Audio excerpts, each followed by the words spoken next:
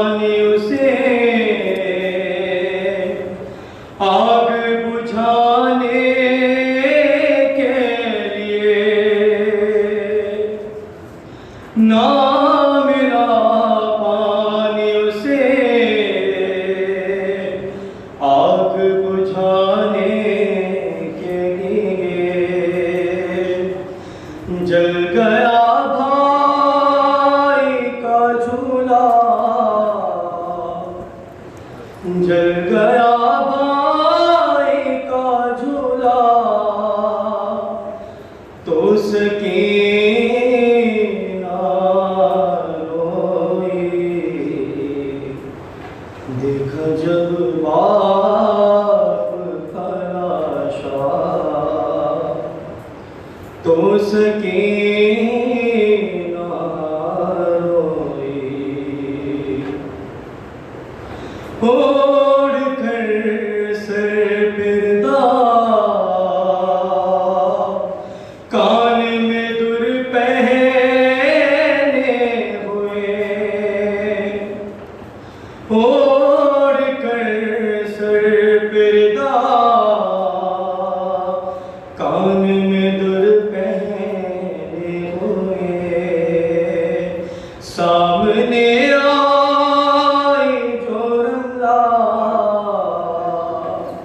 سامنے آئی جو رملہ تو سکینہ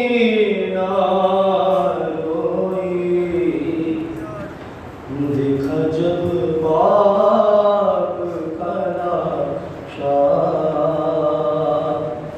تو سکینہ روئی مار کر سید مظلوم کے ہونٹوں پہ چڑھی مار کر سید مظلوم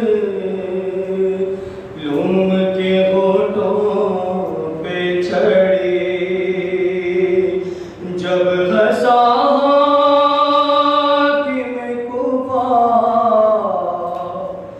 جب غصہ حاکم کوفہ تو سکینہ روئی دیکھا جب باپ کا لاشا تو سکینہ روئی کیا سکینہ ہو تمہیں اتنا بتا دو بی بی کیا سکینہ ہو تمہیں اتنا بتا دو بی بی ہند نے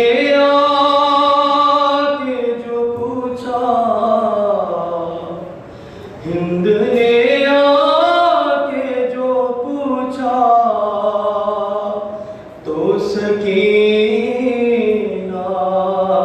روئی دیکھا جب باپ کا لاشا تو سکینہ روئی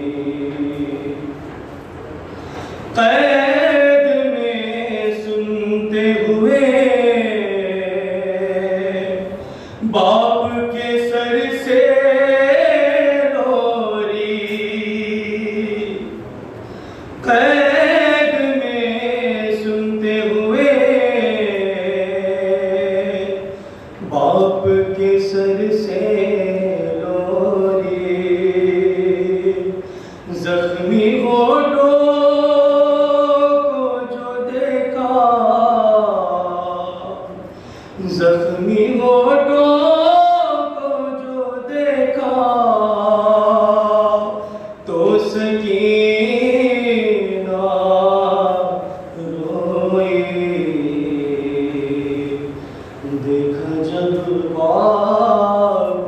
خلاشا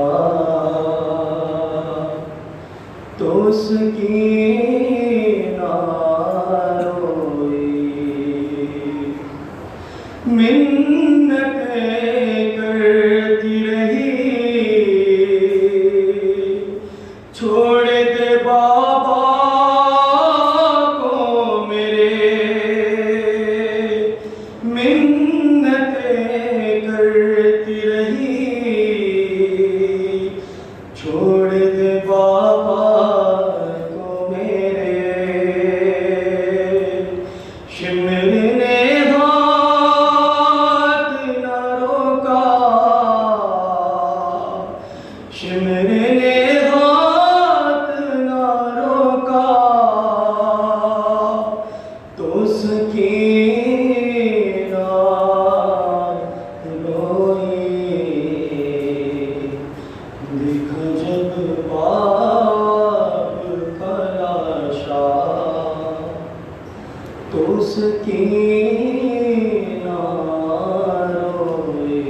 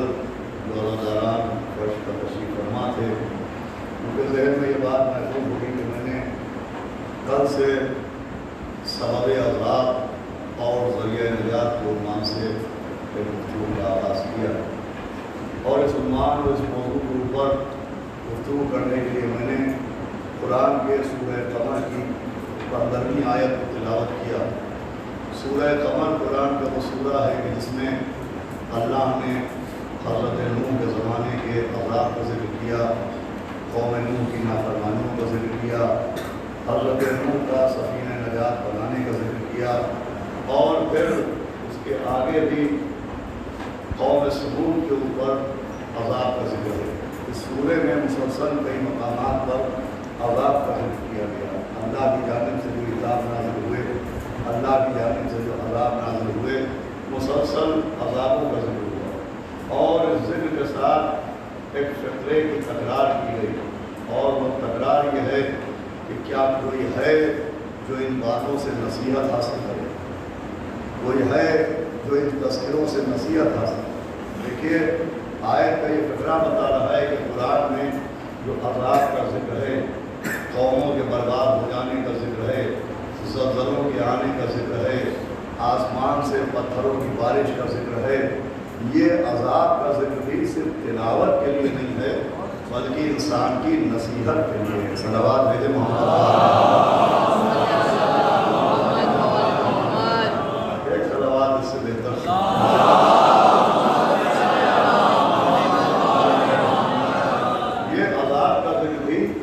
کی نصیحت کے لیے کہ انسان عذاب کا تذکرہ پڑھے اور اس کے بعد اپنے گناہوں سے توبہ کرے، اللہ کی جانب متوجہ ہو، استغفار کرے، اور عذاب کا سبب جاننے کی کوشش کرے کہ عذاب کا ریزن کیا ہوتا ہے، کیونکہ اللہ نے عرض کر چکا رحمان رحیم ہے، وہ اپنے بندوں کے اوپر رحم کرنا پسند کرتا ہے، وہ عذاب کے دروازے بعد میں کھولتا ہے، اپنے رحم و کرم کے دروازے بندوں کے اوپر پہلے کھولے رکھتا ہے۔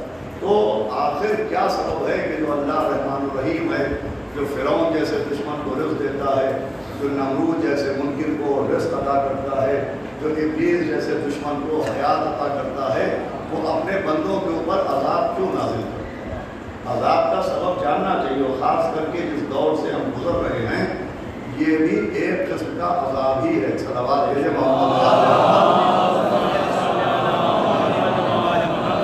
سبب عذاب سمجھنا چاہیے کہ عذاب کا سبب کیا ہے۔ اب دیکھیے ایک لفظ ہوتا ہے عذاب اور ایک لفظ ہوتا ہے سزا۔ بھائی ہر سال میں خمسہ پڑھتا تھا، لہٰذا کوئی زیادہ دقت نہیں ہوتی تھی آپ کو 5 دن متوجہ کرنے کے لیے، اور 5 میں جسے ہمارے برادر حجت الاسلام مولانا تنویر عباس صاحب خدا جبھی پڑھتے تھے، مگر ہمارے شنا بھائی کا اور انہوں نے یادگار معصومین کا حکم تھا کہ پوری 10 مجلس میں پڑھوں، تو دیکھتا ہوں آپ 10 مجلسیں کیسے برداشت کرتے ہیں۔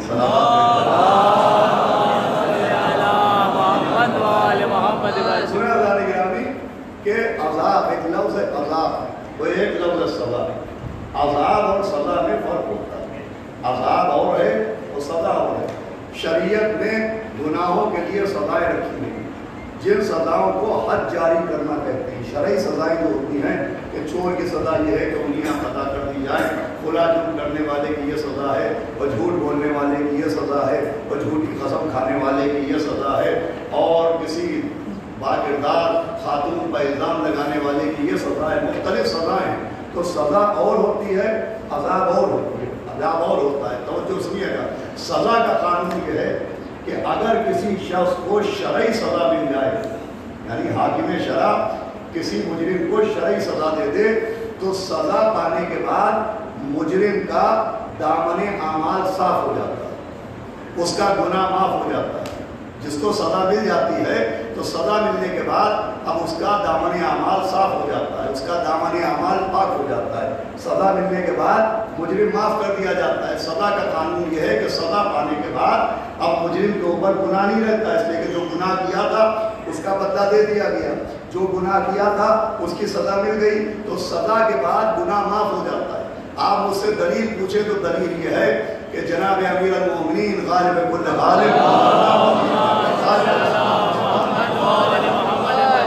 کی بزم سجی ہوئی ہے، اور ایک شخص جناب امیر کی بارگاہ میں داخل ہوا، اس نے مولا کو سلام کیا، وہ سلام کا جواب پانے کے بعد کہا کہ حضرت مجھ سے گناہ سرزد ہو گیا ہے، میں چاہتا ہوں کہ آپ مجھے اس کی سزا دے دیں۔ اور اس نے کہا کہ میں نے چوری کی ہے، میں چاہتا ہوں کہ آپ مجھے چوری کی سزا دے دیں۔ تو مولا کائنات نے اس سے 3 بار اقرار کیا کہ تو اقرار کر کہ تو نے گناہ کیا، تو اقرار کر کہ تو نے چوری کی ہے۔ تو اس نے کہا یا علی میں شرعی قسم کھا کے کہہ رہا ہوں کہ میں نے یہ گناہ کیا ہے، میں نے چوری کی ہے۔ جیسے ہی اس نے اپنی چوری کا اقرار کیا تو مولائے کائنات نے اس کی انگلیوں کو قطع کر دیا۔ دیکھیں گناہ گار تھا مگر سمجھدار تھا، سزا نہیں پائی تو اللہ کے ہاتھوں سے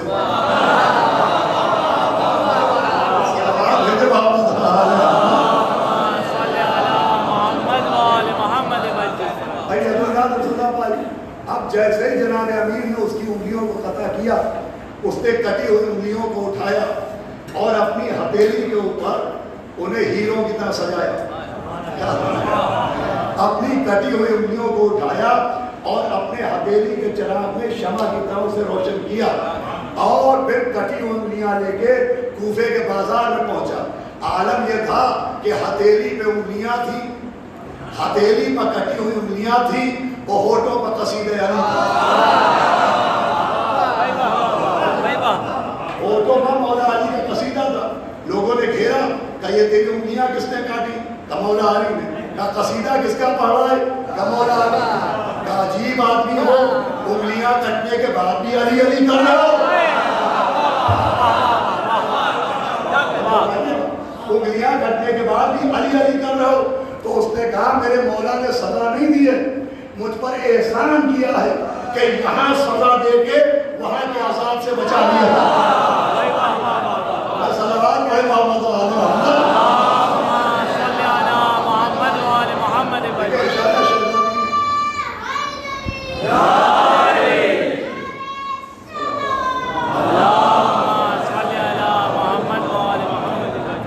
اہم موضوع ہے انشاءاللہ، جیسے جیسے تاریخ بڑھے گی انشاءاللہ آپ محسوس ہوتے جائیں گے۔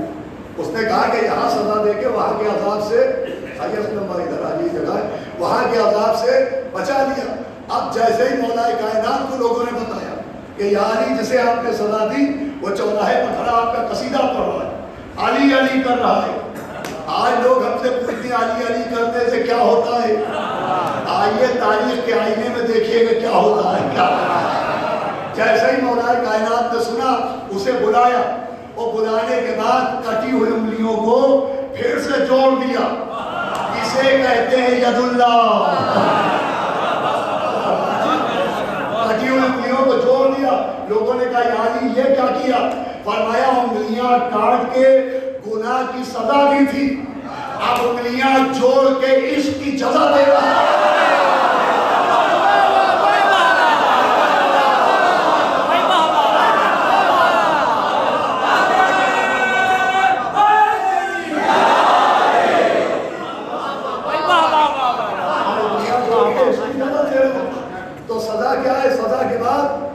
سزا مل جائے تو جزا ملتی ہے، سزا کے بعد انسان معاف ہو جاتا ہے۔ اب سب سے قیمتی جملہ میں عرض کر رہا ہوں، ایک محب علی کو سزا ملی اور سزا کے بعد وہ معاف ہو گیا، یہ میں نے دکھایا۔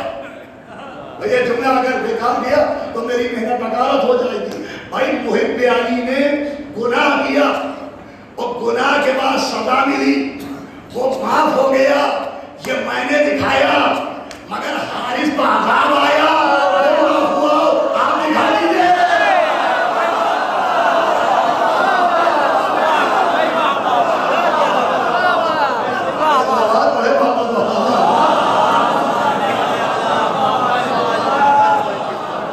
بھائی غدیر میں حارث پر عذاب آیا، وہ معاف ہوا، آپ دکھا دیجئے۔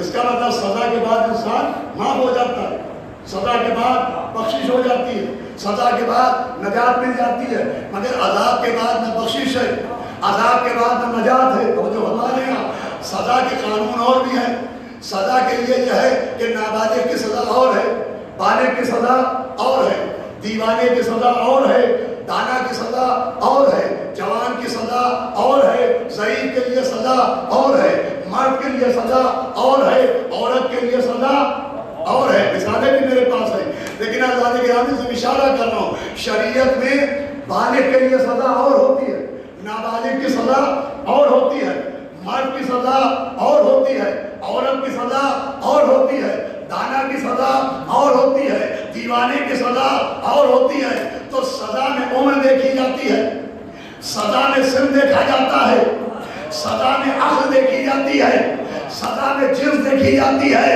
مگر عذاب نہ عمر دیکھتا ہے۔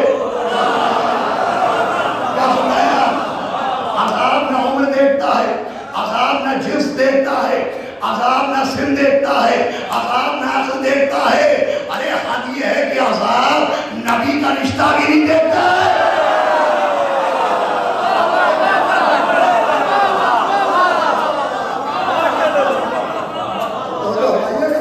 عذاب رشتے بھی نہیں دیکھتا۔ آپ دلیل پوچھے تو قرآن میں موجود، کنعان نوح کا بیٹا ہے مگر عذاب سے نہیں بچا، آزر ابراہیم کا چچا ہے مگر عذاب سے نہیں بچا، ابو لہب پیغمبر کا چچا ہے مگر عذاب سے نہیں بچا۔ اس کا مطلب عذاب نبی سے رشتہ داری بھی نہیں دیکھتا۔ ارے جب خون کے رشتے نہیں دیکھتا تو بھول کے رشتے کیا ہے؟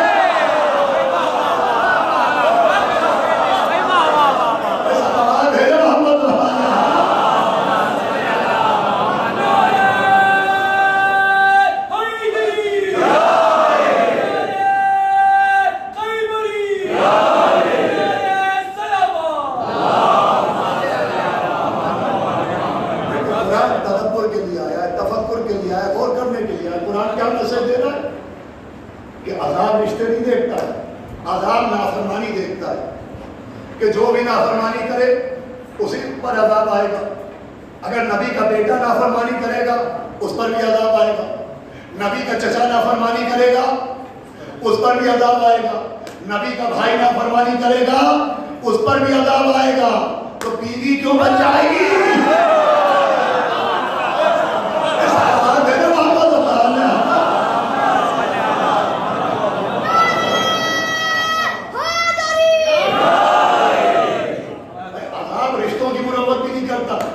جناب نوح جیسا نبی ہے اور بیٹا پہاڑ پہ ہے اور جناب نوح کہہ رہے میرا بیٹا میرا بیٹا، یہ واقعہ کئی بار پڑھا ہے، میں نتیجے پیش کرنا چاہتا ہوں۔ وہ کہہ رہے میرا بیٹا، وہ رشتہ داری بیان کر رہے ہیں اور وہاں رشتے کا رجسٹریشن کینسل ہو رہا ہے۔ آواز آئی لیسا من اہلے، یہ تمہارے اہل سے نہیں ہے، اور جو ہمارے یہاں وہاں اللہ آواز دے رہا ہے یہ تمہارے اہل سے نہیں ہے۔ اور پھر یہ بھی بتایا جا رہا ہے کہ یہ بیٹا ہے اور تم بیٹا کہہ رہے ہو مگر یہ عذاب سے نہیں بچ رہا ہے۔ کیوں؟ قرآن کہہ رہا ہے تمہارے بیٹے کا عمل عمل نیک نہیں ہے۔ یہ قرآن ہے، بیان نہیں، یہ آیت ہے، روایت نہیں۔ کہا جا رہا ہے تمہارے بیٹے کا عمل عمل نیک نہیں ہے۔ پوری طرح سے جناب نوح سے کہا جا رہا ہے تمہارے بیٹے کا عمل عمل نیک نہیں ہے۔ مجھے بتائیے نوح کے بیٹے کا عمل بد کیا تھا؟ عمل بد کیا تھا؟ بھائی جب طوفان آیا، سیلاب آیا تو پہاڑ پر چڑھ گیا، پتنگیں اڑانے گیا تھا، گوا اڑانے گیا تھا، صلوات بھیجے محمد بھائی بیٹا پہاڑ پر کیوں گیا؟ کیا جان بچانے کے لیے گیا؟ مجھے بتائیے شریعت سے پوچھ کے کہ جان بچانے کی کیا اہمیت ہے؟ بھائی شریعت سے پوچھئے کہ جان بچانے کی کیا حیثیت ہے، تو شریعت کہتی ہے جان بچانا واجب ہے، اس کے لیے خودکشی کرنا حرام ہے۔ بھائی جان بچانا واجب ہے، یہ شریعت ہی نہیں کہہ رہی ہے، آج تو پوری دنیا کہہ رہی ہے بھائی جان بچانا واجب ہے۔ آج دنیا کہہ رہی ہے یہ سوشل ڈسٹینسنگ کیوں ہے، یہ مرد تک پردے دار کیوں ہے؟ صلوات بھیجو محمد